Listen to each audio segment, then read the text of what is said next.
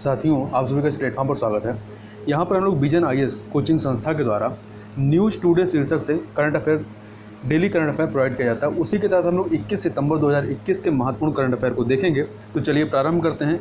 इसमें पहला है वैश्विक नवाचार सूचकांक या ग्लोबल इनोवेशन इंडेक्स GII 2021 में 2 स्थान के सुधार के साथ भारत जो है 46वें स्थान पर आ गया है। मतलब पहले 38वें स्थान पर था, 48वें पे, अब 46 पर आ गया है। तो यह जो सूचकांक है, यह सूचकांक विश्व बौद्धिक संपदा संगठन अर्थात World Intellectual Property Organization WIPO, Cornell विश्वविद्यालय और इनसीड द्वारा सह प्रकाशित है। इस सूचकांक में विश्व के 131 देशों तथा अर्थव्यवस्थाओं की नवाचार क्षमता एवं निष्पादन को वार्षिक रैंकिंग प्रदान की जाती है। इसके 80+ संकेतक राजनीतिक परिवेश, शिक्षा, बुनियादी ढांचे और व्यापार परिष्करण सहित नवाचार के व्यापक पहलुओं का विश्लेषण करते हैं। वैश्विक नवाचार सूचकांक 2021 का जो विषय है वह है ट्रैकिंग इनोवेशन थ्रू द कोविड-19 क्राइसिस। इसके मुख्य बिंदुओं की बात करें तो स्विट्जरलैंड जो है इस सूची में शीर्ष पर है, जबकि स्वीडन दूसरे पे है, अमेरिका तीसरे पे है और ब्रिटेन चौथे नंबर पे है। भारत ने विशाल बौद्धिक संपदा, जीवंत स्टार्टअप परितंत्र तथा सार्वजनिक एवं निजी अनुसंधान संगठनों के लिए किए गए अभ्युदय अद्भुत कार्यों के सहयोग से अपनी रैंकिंग में वर्ष 2015 में जो 81 थी उससे वर्ष 2021 में कितना पहुंच गया है, 46वें स्थान तक सुधार किया है। भारत निम्न मध्यम आय वर्ग की 34 अर्थव्यवस्थाओं में से दूसरे स्थान पर तथा मध्य और दक्षिण एशिया की 10 अर्थव्यवस्थाओं में पहले स्थान पर है। भारत नवाचार सूचकांक 13 या इंडिया इनोवेशन इंडेक्स 13, इसे नीति आयोग द्वारा इंस्टीट्यूट फॉर कॉम्पिटिटिवनेस के सहयोग से जारी किया गया है। भारत नवाचार सूचकांक का उद्देश्य भारत के नवाचार परिवेश के निरंतर मूल्यांकन हेतु एक व्यापक तंत्र का निर्माण करना, राज्यों तथा संघ राज्य क्षेत्रों को उनके प्राप्तांकों के आधार पर रैंकिंग प्रदान करना, अवसरों एवं चुनौतियों को चिन्हित करना तथा नवाचार को प्रोत्साहित करने हेतु सरकारी नीतियों को तैयार करने में सहायता करना है। भारत नवाचार सूचकांक जो है ये नवाचार आगत को सक्षम करता अर्थात इनेबलर्स तथा इनोवेशन निर्गत का निष्पादन अर्थात परफॉर्मेंस के रूप में मापन करता है। सक्षमकारी संकेतक क्या है? इसके तहत मानव पूंजी, निवेश, ज्ञान कार्यकर्ता, व्यावसायिक परिवेश, सुरक्षा और कानूनी व्यवस्था आते हैं। वहीं निष्पादन संकेतक के तहत ज्ञान सृजन व ज्ञान प्रसार आते हैं। अगला है स्वास्थ्य और परिवार कल्याण मंत्रालय ने राज्य खाद्य सुरक्षा सूचकांक state food safety index SFSI का तीसरा संस्करण जारी किया है। यह सूचकांक भारतीय खाद्य संरक्षा एवं मानक प्राधिकरण FSSAI द्वारा तैयार किया गया है। इसका उद्देश्य नागरिकों के लिए सुरक्षित भोजन सुनिश्चित करने की दिशा में कार्य करने हेतु राज्यों को प्रेरित करना है। यह सूचकांक खाद्य सुरक्षा के 5 मानकों के आधार पर राज्यों के प्रदर्शन का मापन करता है। ये 5 मानक कौन से हैं? पहला है मानव संसाधन, जैसे खाद्य सुरक्षा अधिकारियों की संख्या और उसका संस्थागत डेटा। तो मानव संसाधन का जो भारांश है वो 20% है। अनुपालन, इसका भारांश 30% है। खाद्य परिरक्षण, अवसंरचना और निगरानी, भारांश 20%। विनियामक कर्मचारियों और प्रयोगशाला कर्मियों का प्रशिक्षण एवं क्षमता निर्माण, भारांश 10% तथा उपभोक्ता सशक्तिकरण, भारांश 20%।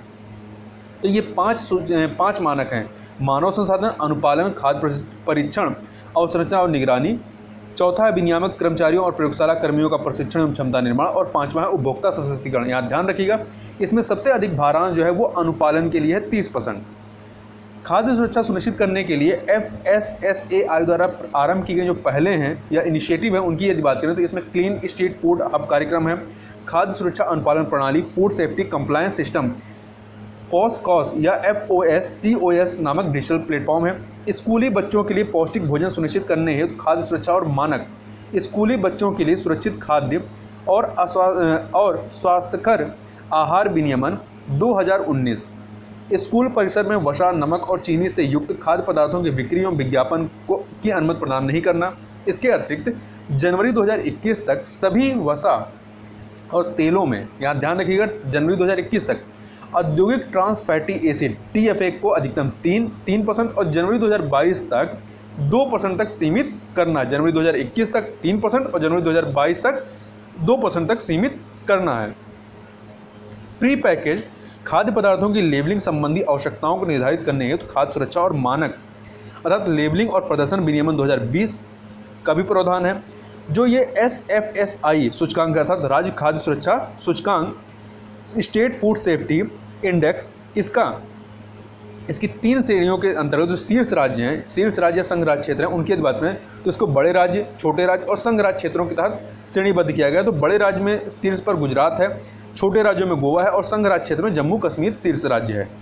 आगे बात करते हैं सरकार द्वारा जिला स्तरीय विद्युत समितियों के गठन के आदेश जारी किए गए हैं। इसके संबंध में तो विद्युत मंत्रालय द्वारा जिला स्तरीय समितियां डिस्ट्रिक्ट लेवल कमेटीज गठित की जाएंगी जो केंद्र सरकार की सभी विद्युत संबंधी योजनाओं का पर्यवेक्षण करेंगी। ध्यातव्य है कि समिति में जिले के वरिष्ठ सांसद जो हैं वो अध्यक्ष के रूप में, जबकि जिले के अन्य सांसद सह अध्यक्ष के रूप में, जिला कलेक्टर सदस्य सचिव के रूप में सम्मिलित होंगे। इसके अंतर्गत सभी राज्यों, संघ राज्य क्षेत्रों को केंद्रीय विद्युत मंत्रालय को सूचित करते हुए जिला विद्युत समितियों की स्थापना को अधिसूचित और सुनिश्चित करना है।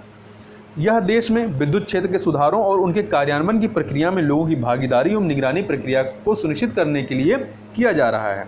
यह 24/7 विश्वसनीय, टिकाऊ और वहनीय विद्युत सुनिश्चित करने के सरकार के प्रयासों की पृष्ठभूमि में शामिल है। विद्युत क्षेत्र में सरकार द्वारा जो इनिशिएटिव लाए गए हैं या जो पहलें की गई हैं उनमें दीनदयाल उपाध्याय ग्राम ज्योति योजना, इसके अतिरिक्त एकीकृत विद्युत विकास योजना, integrated power development scheme IPDS, प्रधानमंत्री सहज बिजली हर घर योजना या सौभाग्य योजना जिसे कहते हैं, ये योजनाएं लाई गई हैं। इसके अतिरिक्त हाल ही में मंत्रिमंडल ने 3.03 ट्रिलियन रुपीज की पुनरुत्थान वितरण क्षेत्र योजना, रीवैम्प्ड डिस्ट्रीब्यूशन सेक्टर स्कीम को स्वीकृति प्रदान की गई है जो एक सुधार आधारित और परिणाम संबद्ध योजना है। इसका उद्देश्य निजी क्षेत्र की विद्युत वितरण कंपनियों या डिस्कॉम को छोड़ करके, यहाँ ध्यान रखिएगा, निजी क्षेत्र की विद्युत वितरण कंपनियों तथा डिस्कॉम को छोड़कर सभी डिस्कॉम्स विद्युत विभागों की परिचालन क्षमता और वित्तीय स्थिरता में सुधार करना। तो यहाँ ध्यान रखिए इसमें निजी क्षेत्र को शामिल नहीं किया गया। डिस्कॉम को परिणाम संबद्ध वित्तीय सहायता प्रदान की जाएगी। अगला है केंद्र सरकार द्वारा फोर्टिफाइड चावल के लिए एक समान विनिर्देशों की घोषणा की गई है।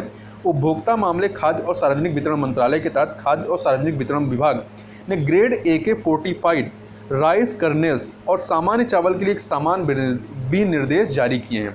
सामान्य चावल के स्टॉक के साथ 1% FRK अर्थात फोर्टिफाइड राइस कर्नेल्स मिलाया जाना चाहिए। वर्ष 2024 तक स्कूलों में मध्याह्न भोजन और सार्वजनिक वितरण प्रणाली PDS सहित विभिन्न सरकारी योजनाओं के अंतर्गत फोर्टिफाइड चावल वितरित किया जाना है 2024 तक। इसका महत्व क्या है? महिलाओं और बच्चों में कुपोषण के उच्च स्तर को नियंत्रित करना, इसके अतिरिक्त निर्धनों के लिए पूरक आहार प्रदान करना, बायोफोर्टिफिकेशन को भोजन में आवश्यक सूक्ष्म पोषक तत्वों, विटामिन और खनिज की मात्रा में स्वोद्देश्य मतलब उद्देश्य सहित वृद्धि करने के अभ्यास के रूप में परिभाषित किया जाता है। इससे खाद्य आपूर्ति की पोषण गुणवत्ता में सुधार संभव हो सकेगा तथा स्वास्थ्य के लिए न्यूनतम जोखिम के साथ सार्वजनिक स्वास्थ्य लाभ प्रदान किया जा सकेगा।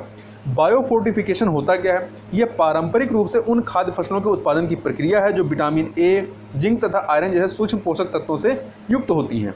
भारतीय खाद्य संरक्षा एवं मानक प्राधिकरण FSSAI के मानदंडों के अनुसार 1 किलो फोर्टिफाइड चावल में iron, folic acid, vitamin B12 होना चाहिए। इसके अतिरिक्त चावल में zinc, vitamin A, vitamin B1, vitamin B2, vitamin B3 और विटामिन B6 जैसे सूक्ष्म पोषक तत्व भी पाए जाते हैं। आगे बात कर लेते हैं। आगे देखते हैं, एक रिपोर्ट के अनुसार सीमा पारी जलवायु जोखिम transboundary climate risk TCR प्रत्येक देश में कृषि उत्पादन को प्रभावित करते हैं। देखिए, स्टॉकहोम एनवायरनमेंट इंस्टीट्यूट SEI द्वारा जलवायु परिवर्तन, व्यापार और वैश्विक खाद्य सुरक्षा, इंग्लिश में कहें तो climate change, trade and global food security शीर्षक से एक रिपोर्ट जारी की गई है। इसने 6 किस्म के प्रमुख कृषि उत्पादों, 6 किस्म के कृषि उत्पाद कौन से हैं? मक्का, चावल, गेहूँ, सोया, गन्ना, कॉफ़ी। मक्का, चावल, गेहूँ, सोया, गन्ना, कॉफ़ी में व्यापार करने के लिए सीमा पारी जलवायु जोखिम TCR का एक व्यवस्थित मात्रात्मक मूल्यांकन प्रदान किया है। TCR अर्थात ट्रांस बाउंड्री क्लाइमेट रिस्क जो है, ये ऐसे जलवायु जोखिम होते हैं जिनका प्रभाव राष्ट्रीय सीमाओं के पार होता है। ये जैव भौतिक संसाधनों, वित्तीय प्रभाव, मानव गतिशीलता, बुनियादी ढांचे, राष्ट्र सुरक्षा एवं व्यापार को मुख्य रूप से प्रभावित करते हैं। कृषि क्षेत्र जलवायु परिवर्तन से सर्वाधिक प्रभावित होने वाले क्षेत्रों में से एक है। इसके मुख्य निष्कर्ष क्या हैं? तो ये जो ट्रांस बाउंड्री क्लाइमेट रिस्क है, ये वैश्विक खाद्य सुरक्षा के समक्ष एक महत्वपूर्ण तथा लगातार बढ़ता हुआ संकट है, किंतु अब तक इसने व्यापक रूप से वैश्विक समुदाय का ध्यान आकर्षित नहीं किया है।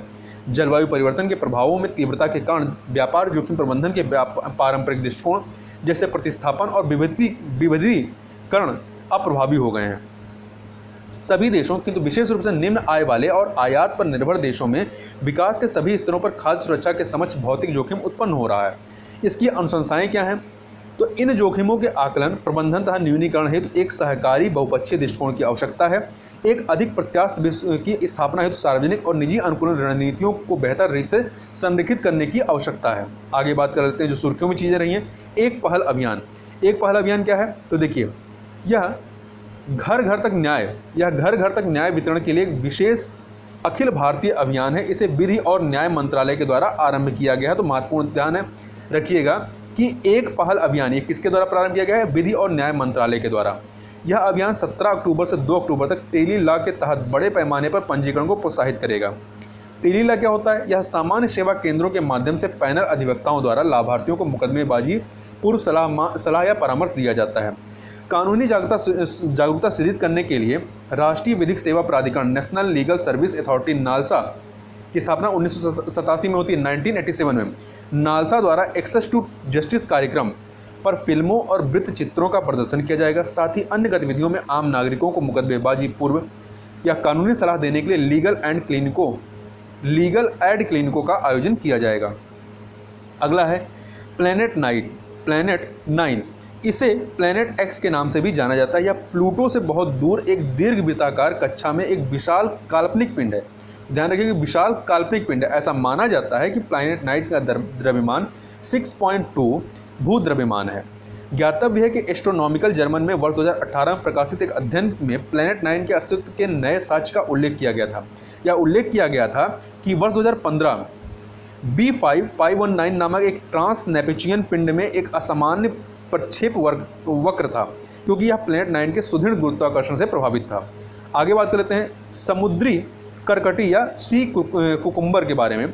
तो समुद्री करकटी नरम शरीर वाले व अकशेरुकी एकाइनोडर्म नामक एक बड़े प्राणी समूह का हिस्सा होते हैं। इस समूह में स्टारफिश और समुद्री आर्चिन भी शामिल हैं। ये उष्णकटिबंधीय और शीतोष्ण दोनों महासागरों में पाए जाते हैं, जहां ये अंतर ज्वारीय क्षेत्र के साथ साथ गहरे समुद्री जल में अधिवासित होते हैं। ध्यान रखिए, उष्णकटिबंधीय और शीतोष्ण दोनों तरह के महासागरों में मिलते हैं। समुद्री पारिस्थितिकी तंत्र के स्वास्थ्य को ये बनाए रखते हैं। भारत में से वन्यजीव संरक्षण अधिनियम 1972 की सूची वन के तहत सूचीबद्ध एवं संकटापन्न अर्थात एंडेंजर्ड प्रजाति के रूप में माना जाता है। आगे बात कर लेते हैं पर्यूषण और 10 लक्षण के बारे में। तो अमेरिकी राष्ट्रपति ने जैन समुदाय को पर्यूषण और 10 लक्षण पर्व की शुभकामनाएं दी हैं। ये आत्मा के गुणों और सार को मनाने के त्यौहार हैं। इन्हें अग्रलिखित 10 प्रमुख गुणों के कठोर पालन द्वारा चिन्हित किया जाता है। ये 10 कठोर ये जो प्रमुख गुण हैं कौन से हैं? इसमें क्षमा, दान, सादगी, संतोष, सत्यता, आत्मसंयम, उपवास, वैराग्य, विनम्रता और निरंतरता शामिल हैं। पर्यूषण जो होता है इसे श्वेतांबर जैनों द्वारा मनाया जाता है। इसमें जैन उपासकों के लिए उपवास और ध्यान की वार्षिक अवधि 8 से 10 दिनों की होती है। तो ध्यान रखिएगा, पर्यूषण जो है ये श्वेतांबर जैन मनाते हैं, जबकि 10 लक्षण इसे दिगंबर जैन मनाते हैं। श्वेतांबर श्वेत कपड़ा पहनते हैं, दिगंबर नग्न रहते हैं। यह एक 10 दिवसीय त्यौहार है जो पर्यूषण के उपरांत होता है। अगला है सुर्खियों में रहे युद्धाभ्यास। तो समुद्र शक्ति। भारत और इंडोनेशिया की नौसेना ने द्विपक्षीय अभ्यास समुद्र शक्ति के तीसरे संस्करण में भाग लिया। अगला है संघीय सहयोग संगठन SCO शांतिपूर्ण मिशन 2021 के बारे में। तो SCO शांतिपूर्ण मिशन अभ्यास का 6ठा संस्करण दक्षिण पश्चिम रूस के ऑरेनबर्ग क्षेत्र में आरंभ हुआ। चीन, रूस, तजाकिस्तान, किर्गिस्तान, भारत, पाकिस्तान और उज्बेकिस्तान सहित SCO के सदस्य देशों ने इसमें पार्टिसिपेट किया है। अगला है माउंट कुन पीक नुनकुन माउंटेन मैसिव। ये आपका कारगिल के सुरू घाटी में स्थित है। यहाँ पे आप देख सकते हैं ये नुनकुन। तो देखिए इसके बारे में बात कर लेते हैं। तो हाल ही में रक्षा मंत्री ने माउंटेन कुन अभियान को पूर्ण करने पर राष्ट्रीय पर्वतारोहण और संबद्ध खेल संस्थान national institute of monitoring and mountaineering and allied sports NIMAS की टीम को हरी झंडी दिखाकर रवाना किया। माउंट किन पीक नुनकुन माउंटेन मैसिव में स्थित है, जो जास्कर रेंज का सर्वाधिक ऊंचा शिखर है। इसमें माउंटेन नुन 7135 मीटर और कुन 7077 मीटर का है। इस पर पहली बार 1913 में इतालवी पर्वतारोहियों मारियो पियासेंजा और बोरेली एंड गैस्पर्ड द्वारा रोहण किया गया था। टंगनिका झील जो कि पूर्वी अफ्रीका में स्थित है, आप मैप में देख सकते हैं ये है आपका टंगनिका झील, ठीक है। इधर आपका बुरुंडी है जिससे घिरा हुआ है, इधर आपका तंजानिया है, इधर जाम्बिया है और इधर आपका कांगो लोकतांत्रिक गणराज्य, इससे ये घिरा हुआ है। तो हाल ही में टंगनाइका झील के बढ़ते जल स्तर के कारण आई बाढ़ और भूस्खलन की वजह से बुरुंडी, ये जो बुरुंडी है में 1 लाख से अधिक लोग अपने घरों को छोड़ने को विवश हुए थे। रूस की बैकाल झील के उपरांत टंगनिका झील मीठे जल की दूसरी सबसे बड़ी झील है। तो ये महत्वपूर्ण फैक्ट है, याद रखिएगा। बुरुंडी, तंजानिया, जाम्बिया और कांगो लोकतांत्रिक गणराज्य द्वारा इसका उपयोग किया जाता है। यह इसके अतिरिक्त यह तंजानिया और कांगो लोकतांत्रिक गणराज्य के बीच सीमा का निर्माण करती है। लकुगा नदी इसकी प्रमुख बहिर्वाह नदी है, मतलब यहाँ से पानी लेकर के निकलती है, जो कांगो नदी तंत्र में प्रवाहित होती है। रुजिजी नदी, कलाम्बो नदी और मालागार्सी तंजानिया की दूसरी सबसे बड़ी नदी है। ये नदियाँ, इन नदियों सहित प्रमुख अंतर्वाह नदियाँ, मतलब इसमें पानी ला करके डालती हैं। कैनेरी द्वीप, आप कैनेरी द्वीप को मैप में देख सकते हैं, एक सेकेंड। ये कैनेरी द्वीप पूरा, ये जो द्वीपों का समूह है इसी को कहते हैं, ठीक है। देखिए, हाल ही में कैनेरी द्वीप के ला प्लामा द्वीप पर कब्रे बियाजा ज्वालामुखी विस्फोट हुआ है। मुख्य भूमि जो है, ये जो मुख्य भूमि है अफ्रीका के निकट अटलांटिक महासागर, ये आपका अटलांटिक महासागर है, ये आपका अफ्रीका है, मोरक्को है, वेस्टर्न सहारा है। तो मुख्य भूमि अफ्रीका के निकट अटलांटिक महासागर में स्थित कैनेरी द्वीप जो है वो 7 द्वीपों का, इधर आप देखेंगे तो 7 द्वीपों का समूह है, या स्पेन के स्वायत्त समुदाय के रूप में निम्नलिखित 2 समूहों में विभाजित। एक पश्चिमी समूह जिसमें टेनेरिफ, ग्रैन कैनेरिया, ला प्लामा, ला गोमेरा और फेरो द्वीप स्थित हैं, जबकि पूर्वी समूह में लैंजारेटा, फुएरे टे बेटूरा द्वीप और कैनेरी रेंज, ये सभी इसमें शामिल हैं। तो इस प्रकार से इस वीडियो में बस इतना ही। मिलते हैं नेक्स्ट वीडियो में, तब तक के लिए बहुत बहुत धन्यवाद।